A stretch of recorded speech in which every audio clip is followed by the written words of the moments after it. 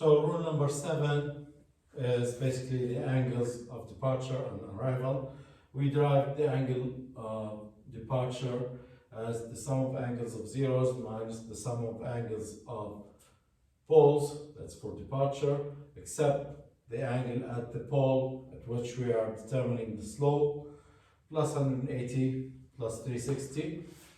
For angles of arrivals at zeros, it's exactly the same, except that now it's the sum of angles of poles minus the sum of angles of zeros, except the angle at the zero at which we are determining the arrival slope.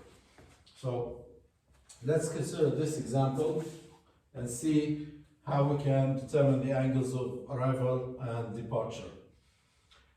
Let's start step by step. First, let's determine the poles and zeros.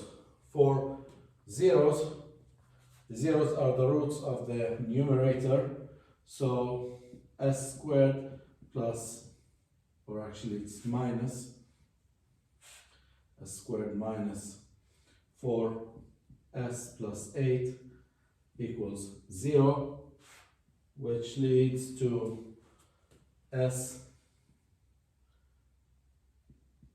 12 equals 2 plus minus j2. So these are the two zeros, 0, 1 and 2.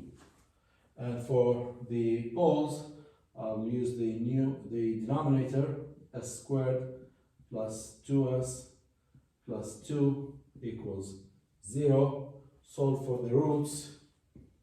S12 is going to be negative 1 plus minus j, and these are the poles 1 and 2. So we have two poles and two zeros.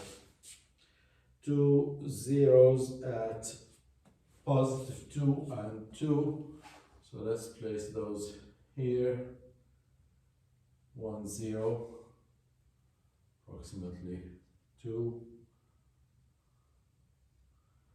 And 2,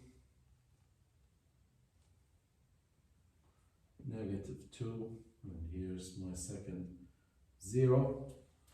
And then two poles at negative 1 and 1, so that's approximately somewhere here. Pole at negative 1 and 1. And negative 1 and another pole in here. So I have my poles and zeros. For number 2, real axis segments. We don't have any poles or zeros on the real axis, so that means rule number 2 is out. Asymptotes and center of asymptotes, rules 3 and 4. We don't have any missing zeros. We have two poles and two zeros, so I don't need to find any asymptotes or center of asymptotes. And then we have rule number 5, the breakaway points. We don't have anything on the real axis, so we don't have any breakaway points. Rule number 6, which was the imaginary axis crossing using Ruth-Hurwitz, and here definitely we do have imaginary axis crossing because the poles are on the left half plane and the zeros are on the right half plane, so the root locus would start from the pole, cross the imaginary axis and go to the 0. So I'm going to use Ruth-Hurwitz. So to use Ruth-Hurwitz, I need to find the characteristic equation. Q is basically D plus K N. And in our case here, this was the numerator and this is the denominator. So it's 2, well, it's s squared plus 2s plus 2 plus k times the numerator s squared minus 4s plus 8. And that becomes 1 plus k times s squared plus for s we have 2 and negative 4k, so 2 negative 4k times s, and then for the constant term we have 2 and 8 times k, 2 plus 8k. So now applying Routh-Hurwitz, it's a second order polynomial. So construct the root array starting from s squared, s1 and s0. Now the coefficients of s squared is 1 plus k.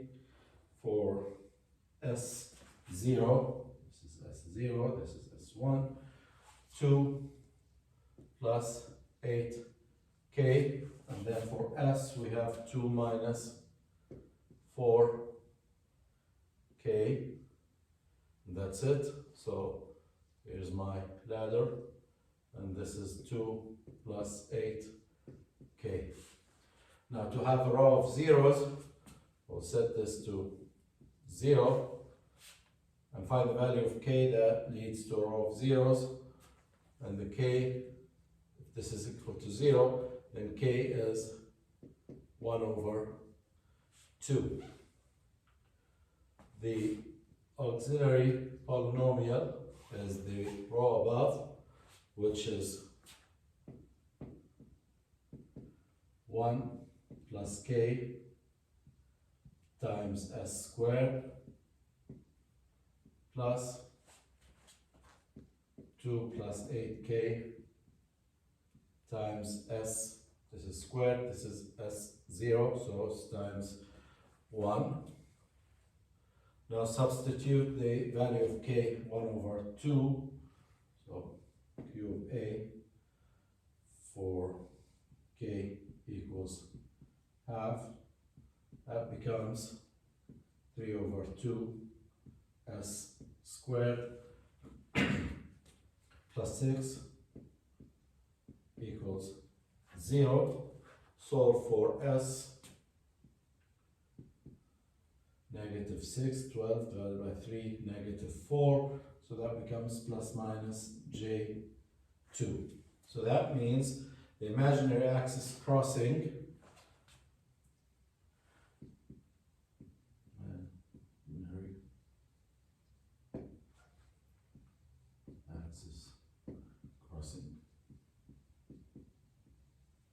imaginary axis crossing is going to happen at 2 at negative 2. And the same goes for this point.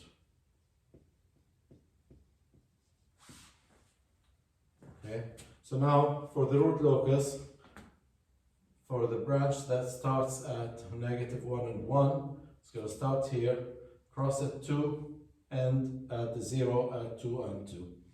Now I need to find the angle of departure and angle of arrival at the 0. So I'm going to use these two rules, the departure and arrival angles.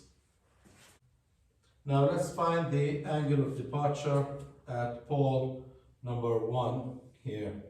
So what I'm going to do is assume that the test point is at the pole, very, very close to the pole. So assume that the test point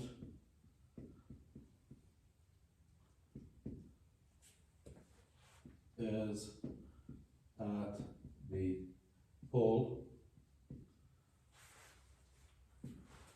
So if the test point is at pole number 1, I need to find the angle, or all the angles from the poles the rest of the poles and zeros to that pole.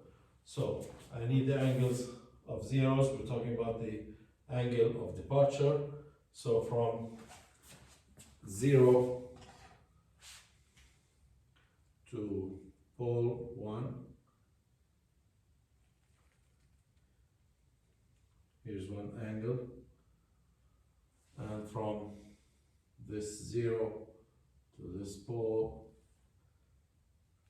you have another angle here, and from this pole to the pole up here, you have this angle. So now, the sum of angles of zeros.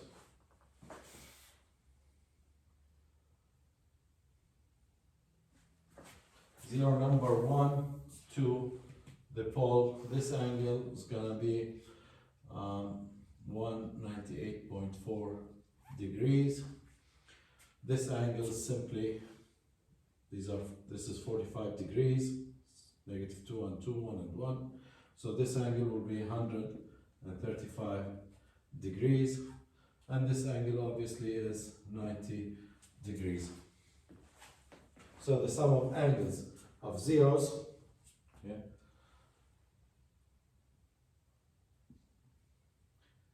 one 98.4 plus 135 minus the angle of this pole is 90 degrees, and that's all I have, plus plus 180 degrees, plus minus K 360, and that should give me the angle of, let me call it AD, angle of departure. Okay. Calculate these numbers.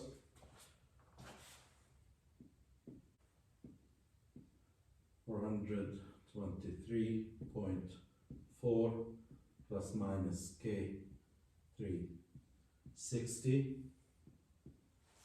This is greater than 360, so I'm going to just subtract the 360, and this becomes 63.4 degrees. So that means that the slope of the root locus at pole number 1 is 63 degrees. So it's approximately, just like I sketched it here, this angle of departure, 63.4 degrees. Now, I need to find how the root locus arrives at the 0. So I'm going to call this angle of arrival theta A equals. Now, I want to determine the angle at the 0, so I'm going to take all the angles to this 0. So first, from 0, 1 or 0, 2 to 0, 1, the angle here is 90 degrees. And then from pole 2 to 0, 1,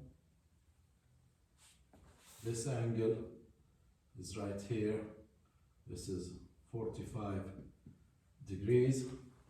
And from pole 1 to 0, 1, this angle here is 18.4 degrees.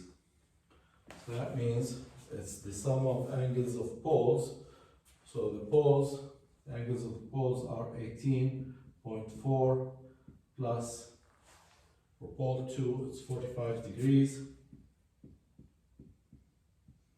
minus angles from the zeros to the 0 where we are calculating the arrival angle, that's just 90 degrees, plus 180 plus minus k 360, and that should be 153.4 degrees plus minus k 360.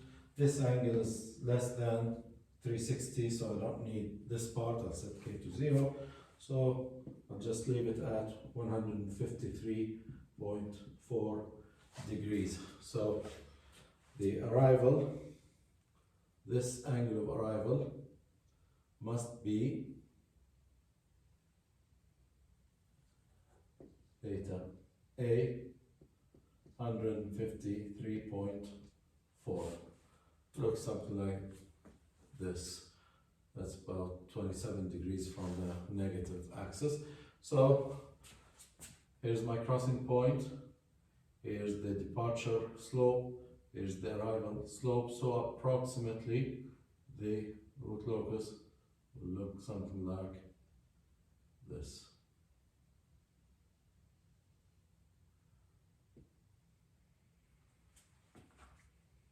Okay, now this is the upper branch. Now, do I need to determine the angles of departure and arrival for the other pole and 0? Obviously not, because the plot is symmetric, so I know for sure that this part is also going to have the same shape and same angles of departure and arrival, going from the pole to the 0, pole to 0, and here's my complete root locus for this problem.